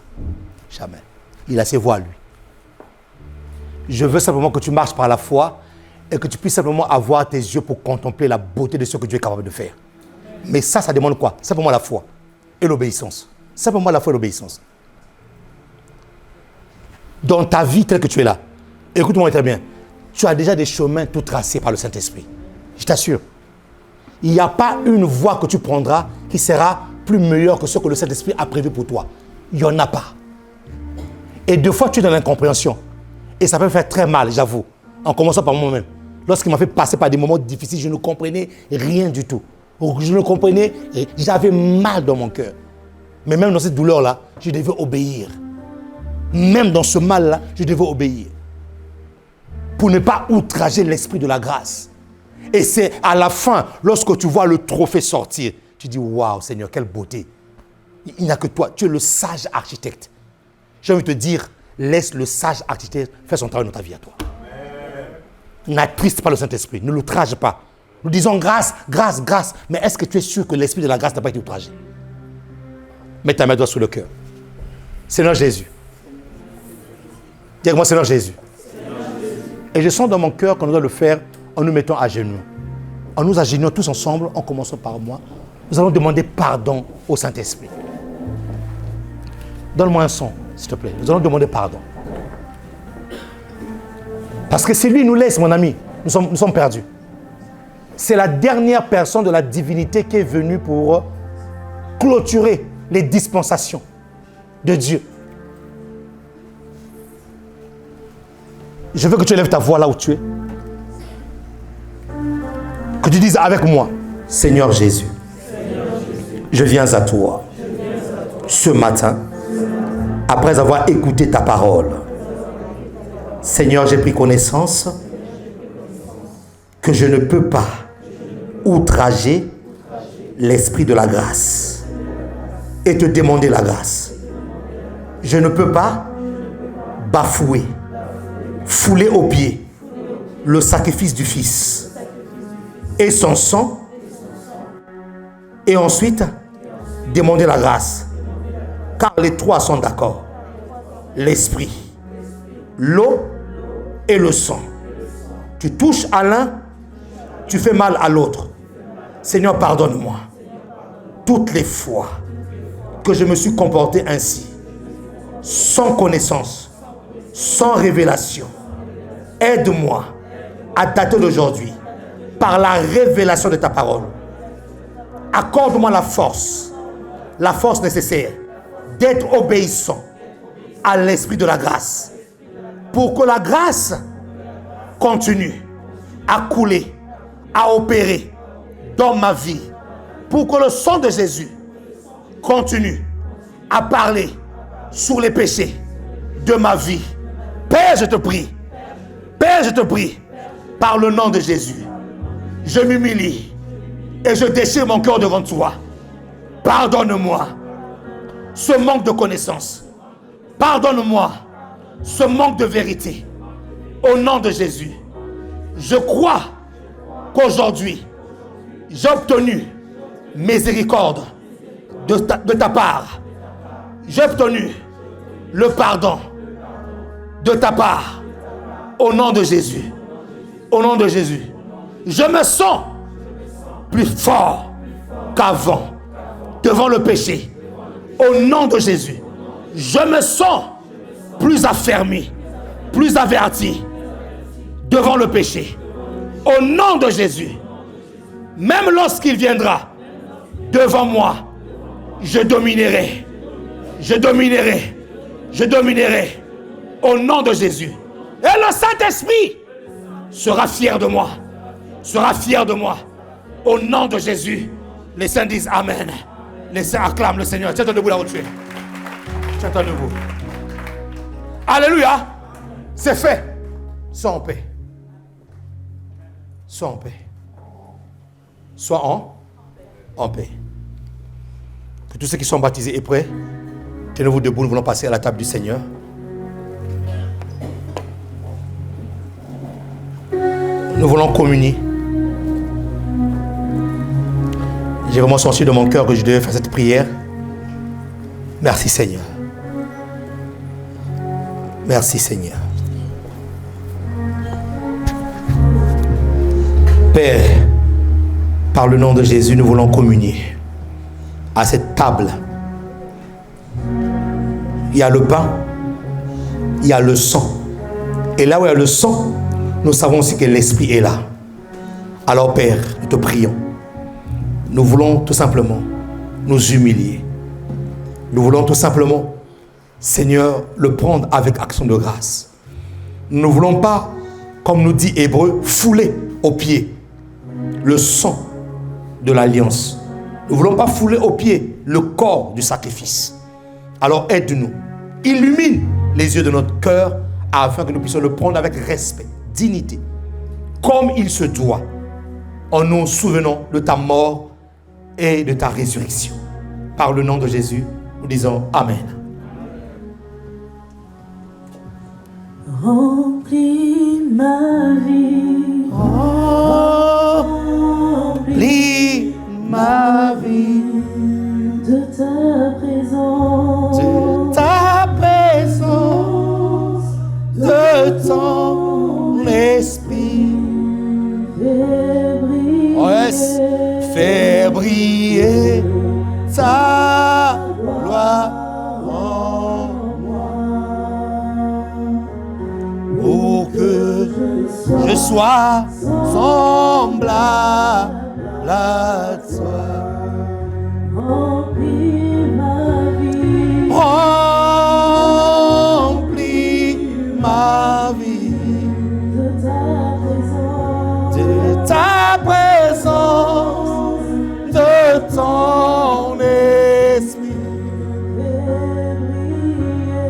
Fais briller ta gloire en moi, pour que je sois semblable à toi. Et là aussi.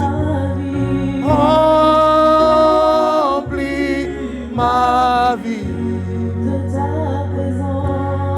ta présence, de ton esprit. Fais briller ta gloire en moi.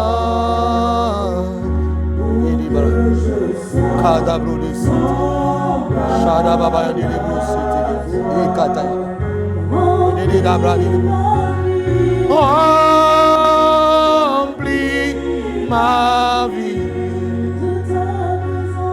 de ta présence, de ton esprit. Fais briller ta gloire en Adabradis-Kayadina. Oh, que je sois semblable à toi. Prenons tous le corps de notre Seigneur Jésus. Oh, quelle présence de Dieu. Oh, quelle présence de Dieu. Oh, quelle présence de Dieu. Prenons tous la coupe de son sang qui a coulé pour nous, pour la rémission de nos péchés.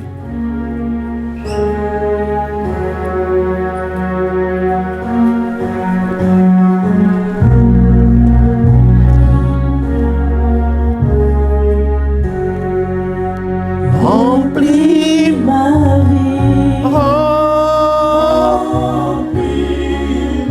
Tenons-nous debout tous ensemble dans sa présence. Tiens-toi debout là où tu es. De ton esprit et briller. Oh, ta gloire. Pour que je sois semblable à toi. Nous disons remplis ma vie.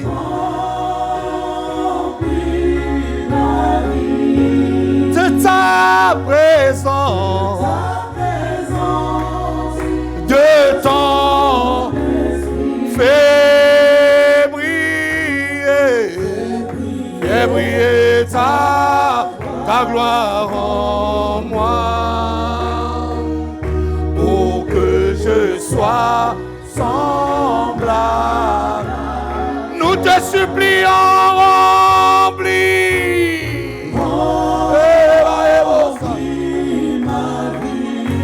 De ta présence, oh, nous le disons, fais briller ta gloire en moi, pour que je sois semblable. Nous te supplions, remplis ma vie.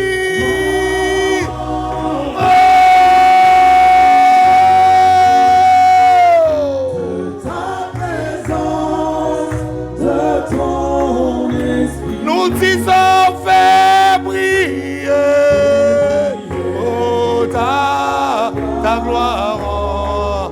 Ah, je peux sentir sa présence ce matin ici, là. Sois semblable.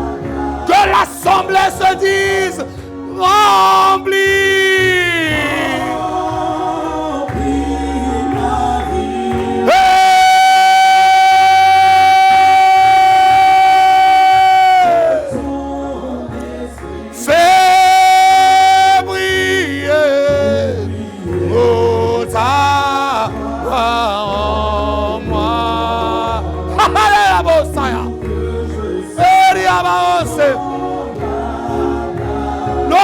Je le redis encore, Seigneur, remplis ma vie, Seigneur, le rase.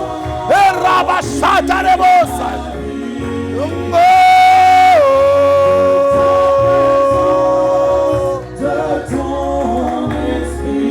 Fais briller. Nous te supplions, Seigneur, fais briller ta gloire. Fais briller ta gloire, fais briller ta gloire. Fais briller ta gloire, fais briller ta gloire. Je le redis encore, remplis ma vie, Seigneur.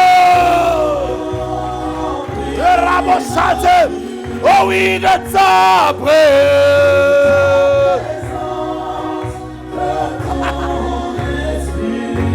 Fais briller.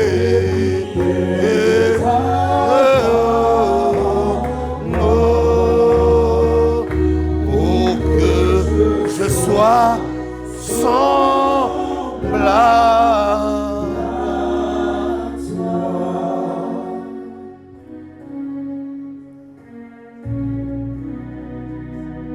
Merci Seigneur. Merci parce que de jour en jour, nous voulons te ressembler. Nous voulons être impactés par ton image. L'image du Dieu vivant. Que ton nom soit élevé. Que ton nom soit glorifié. Il y a une telle présence de Dieu, mon ami, ici. J'ai envie de dire que le mouvement prophétique commence ce dimanche. Et Dieu va te faire beaucoup du bien. Dieu ramène certaines personnes ici dans un autre niveau de conscience et de réalisation de ce que Dieu fait dans leur vie.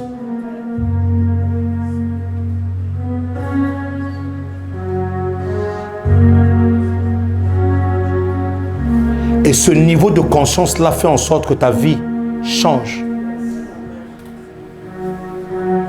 Ce niveau de conscience-là attire une nouvelle force divine dans ta vie. Une nouvelle force divine. Tu ne seras plus la proie du diable. Tu ne seras plus la proie de l'ennemi. Tu ne seras plus sujet à être assujetti par l'ennemi parce qu'il y a une nouvelle force. Il y a une nouvelle force. Il y a une nouvelle force. Il y a une nouvelle force. Il y a une nouvelle force qui t'est communiquée aujourd'hui. Ce qui était difficile hier devient facile aujourd'hui. Possible aujourd'hui. Non pas à cause de toi, mais à cause du Saint-Esprit qui habite en toi. Non pas à cause de toi, mais à cause de l'impact de l'Esprit dans ta conscience, dans ton esprit, dans ta vie, dans chaque domaine de ta vie.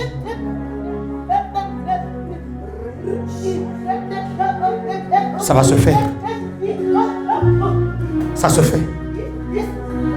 Ça se fait. Ça se fait. Là où tu étais faible, tu ne seras plus faible. Il y a une force surnaturelle qui arrive en toi, capable de dominer. Tu as fait de toi un dominateur, une dominatrice. Tu vas dominer. Tu vas dominer. Je dis que tu domineras. C'est pas toi qui seras par terre. Je dis, tu ne seras pas par terre. C'est ton ennemi qui sera par terre. C'est le péché qui sera par terre. C'est le diable qui sera par terre. C'est pas toi qui seras par terre.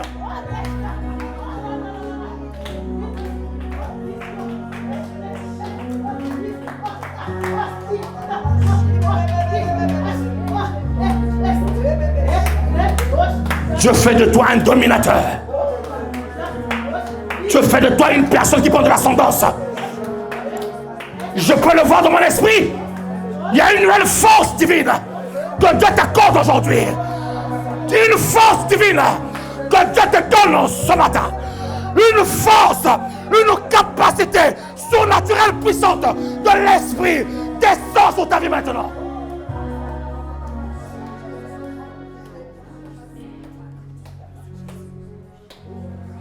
Shatabashari. Loïga.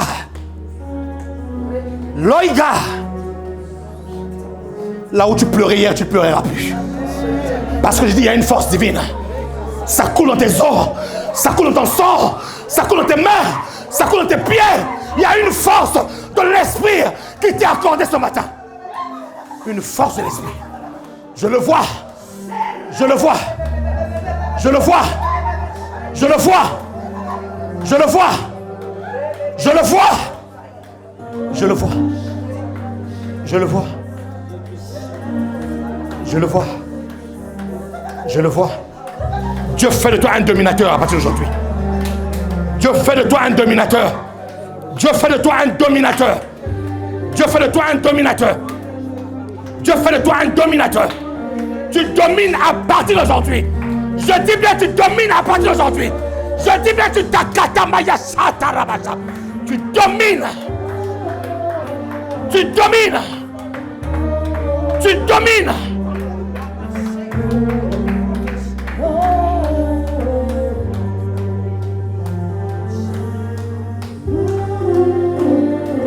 Là où on se moquait de toi hier, les moqueries s'arrêtent dans ta vie aujourd'hui. Là où on s'est moqué de toi hier, là où il arrive à t'avoir, il ne pourra plus t'avoir, c'est fini. Parce qu'il y a une nouvelle force. Il y a une nouvelle force. Cette force-là ne vient pas d'un homme. Ça ne vient pas de quelqu'un. Ça vient de la source Abba. Ça vient de Abba. C'est Abba. C'est Abba. C'est Abba. C'est Abba. C'est Abba. Abba. Ah. Hey. Oh. Oh.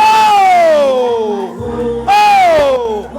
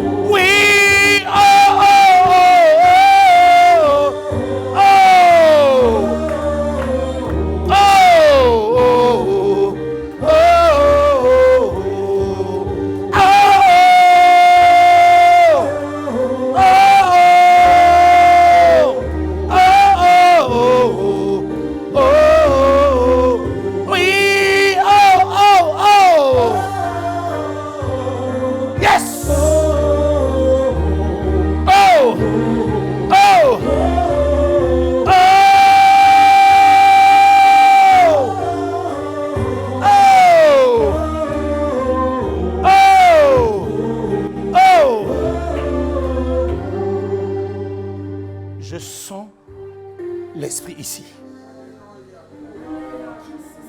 Je termine avec notre sœur. Ma sœur, regarde-moi, ma fille. Oui, regarde-moi. Regarde-moi. Reste là, regarde-moi. Il y a une accélération divine dans ta vie.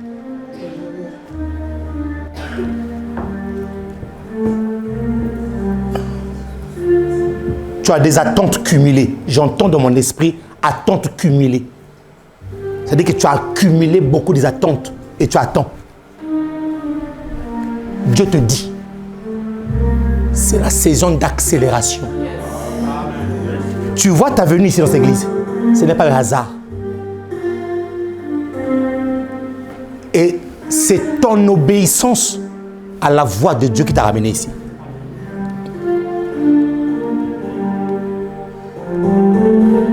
Il y a une accélération et une ouverture devant toi qui va ramener des choses que tu attendais à tel point où tu ne sauras même pas quoi faire. Tu seras comme Pierre. L'image que je vois sur toi, c'est Pierre avec le filet qui n'arrive même pas à tirer le poisson. Il dit, les gars, venez m'aider, venez m'aider, venez m'aider. Cependant, entre dans une autre dimension d'obéissance avec Dieu. Si tu obéissais à 1, va à 2. Si tu obéissais à 3, monte à 4. Parce que la provision divine et le plan parfait de Dieu ne s'accomplit qu'à l'endroit de l'obéissance. La provision divine et le plan parfait de Dieu ne s'accomplit qu'à l'endroit de l'obéissance. Et j'entends dans mon oreille, favoriser. Il va te favoriser. Tu vois, avant tu riais. Maintenant tu vas rire à une autre dimension. Mais s'il te plaît, maman, un autre niveau d'obéissance à Dieu. Les attentes cumulées, Dieu est capable de te le donner en une seule journée. Mais un autre niveau d'obéissance. Est-ce qu'on peut acclamer le Seigneur ici? Ah! Bon, écoutez. Là, il est 13h moins 5. Je n'ai pas envie de dire que c'est le Saint-Esprit. C'est moi, je me suis laissé embarquer par mon onction. Je suis désolé de vous avoir pris ce temps. Que Dieu vous bénisse abondamment. Salut ton frère, salut ta soeur. Parce que souvent on dit, c'est le Saint-Esprit. Non, non, là c'est moi qui ai été saisi. Et je me suis laissé partir. Bon. Que Dieu te bénisse. Bon dimanche à tous. Salut ton frère.